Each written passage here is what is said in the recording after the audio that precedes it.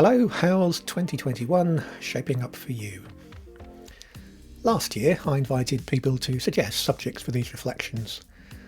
I had a response from a friend and former colleague who'd left a previous career to become one of the army of unsung heroes working in frontline care and support. He also leads a church, and this suggestion is inspired in part by the perspective of his Christian faith. In summary, his question to me was this: how do we love ourselves? And even more, how do we like ourselves? So let's first have a look at where the question arises from the context of my friend's faith tradition and see what wider wisdom we can draw from it. We find the importance of loving oneself in a statement made by Jesus of Nazareth, commenting on the ancient wisdom of the Jewish people as encapsulated in their legal and moral code. Known collectively as the Law and the Commandments, this body of literature wasn't intended to regulate in fine detail every aspect of human life. Amongst other things, it constituted a framework for someone to live life well, both as an individual and as a contributing and functioning member of a wider society. If you want to walk the path that leads to the good life, to be fulfilled as a human being, the commandments and the law show you the way. In the Judeo-Christian tradition, all life comes from God, is sustained by God, and will return to God. So to live this life is to follow the guiding principles of the one who is the source of all life. And the primary guiding principles Jesus referred to, the superstructure on which all the rest of it hangs, are twofold. First, to love God with everything you have, and second, to apply the so-called golden rule, to love your neighbour as you love yourself. So the particular genius of this faith tradition is to see a fulfilled life as a life of love, lived in three dimensions. Towards God who gives life, towards yourself as a custodian of that gift of life, and in interdependent relationships with others, leading to lives which are mutually enriched.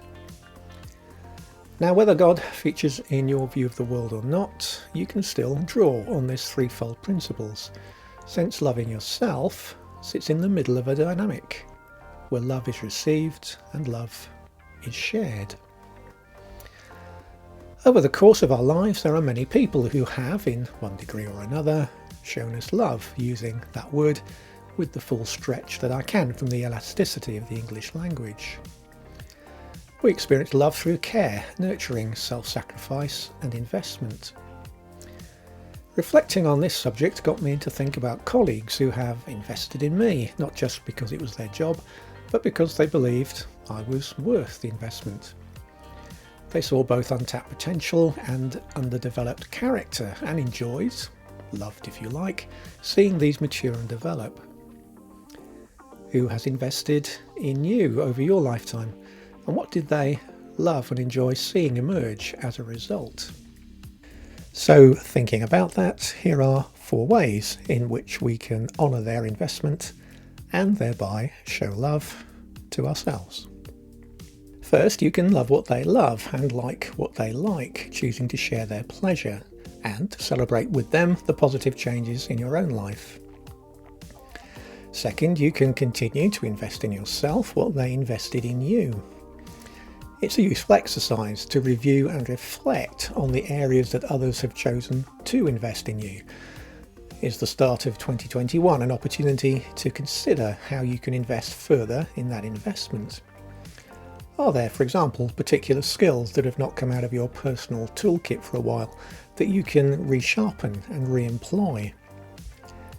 Experiencing the fulfillment of employing your skills well is a way in which you can show love to yourself. Thirdly, thinking back to people who have invested in you, you can choose to believe about yourself what they believe about you. Among the cacophony of voices seeking to shape our view of ourselves, you can choose to believe the beliefs about you of those who have been and are most interested in your success and well-being. And the fourth dimension of loving yourself is to take the results of the love you have received and invest them in others. One pearl of wisdom I remember reading when I first went self-employed was this: If you're surprised or even disappointed that people you expected to be working with you aren't interested in what you have to offer, don't worry about it. Just take the view that what you have is for the benefit of other people and go and find out who they are. Who might be waiting to connect with you in 2021? Clients, colleagues, staff members, or literal local neighbours, so that you can invest in them what's been invested in you. To do this completes the virtuous cycle of those keys of a fulfilled life. What you have received, valued, celebrated and worked on and with, you pass on, thereby beginning the cycle all over again. So whatever else 2021 has in store, one choice we can all make is to make it a year of reinvestment. Remembering what other people have invested in us, and loving and liking what they loved. Continuing to invest in what they've invested in, believing about ourselves what they believed about us, and reinvesting these investments in others. Feel the love and share it around. Thanks for listening. Have a good week.